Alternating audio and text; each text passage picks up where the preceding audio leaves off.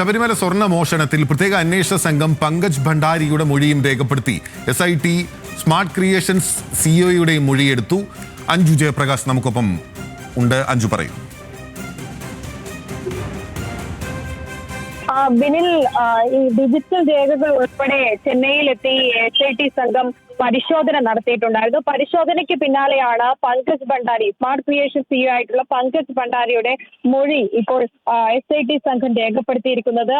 ചില രേഖകൾ ഉൾപ്പെടെ ഹാജരാക്കാൻ ഉൾപ്പെടെ നിർദ്ദേശവും നൽകിയിട്ടുണ്ട്. നിലവിൽ എടുത്തിട്ടുള്ള FIR-ൽ പങ്കജ് ഭണ്ഡാരി പ്രതിപട്ടികയിലും സ്മാർട്ട് ക്രിയേഷൻ പ്രതിപട്ടികയിൽ ഒന്നും തന്നെ ഇല്ല. പക്ഷേ നിർണായകമായത് ഇവിടെ നിന്ന് ആണ് ഈ കൊണ്ടുവന്നതും കൊണ്ടുപോയതുമായിട്ടുള്ള ഇടം സ്മാർട്ട് ക്രിയേഷൻ ആണ്. അപ്പോൾ അത്തരത്തിൽ ഇവരിൽ നിന്ന് കൂടുതൽ കാര്യങ്ങൾ തിരക്കേണ്ടതുണ്ട്.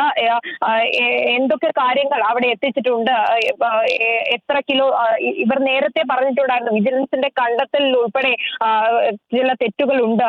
UB ഗ്രൂപ്പ് പറഞ്ഞതനുസരിച്ചല്ല ഞങ്ങളിലേക്ക് എത്തുമ്പോൾ സ്വർണം കുറഞ്ഞിട്ടുണ്ടായിരുന്നു, പറഞ്ഞതിൽ കുറവാണ് സ്വർണം പരിശോധിച്ചപ്പോൾ ഉണ്ടായിരുന്നത് എന്നുൾപ്പെടെയുള്ള കാര്യങ്ങൾ ഇവർ പറഞ്ഞിട്ടുണ്ടായിരുന്നു. അപ്പോൾ ചില കാര്യങ്ങൾ ചോദിച്ചറിയേണ്ടതുണ്ടായിരുന്നു. അതുകൊണ്ട് ചെന്നൈയിലെ ഓഫീസിൽ SIT സംഘം പരിശോധന നടത്തിയിട്ടുണ്ടായിരുന്നു. അതിലാണ് വാറന്റി ഉൾപ്പെടെയുള്ള കാര്യങ്ങളൊക്കെ പരിശോധിക്കുന്നു, ഡിജിറ്റൽ രേഖകൾ ഉൾപ്പെടെ പരിശോധിച്ചിട്ടുണ്ടായിരുന്നു. അങ്ങനെ പരിശോധനയ്ക്ക് പിന്നാലെയാണ് ഈ സിഇഒയുടെ മൊഴിയും ഇപ്പോൾ രേഖപ്പെടുത്തിയിരിക്കുന്നത്.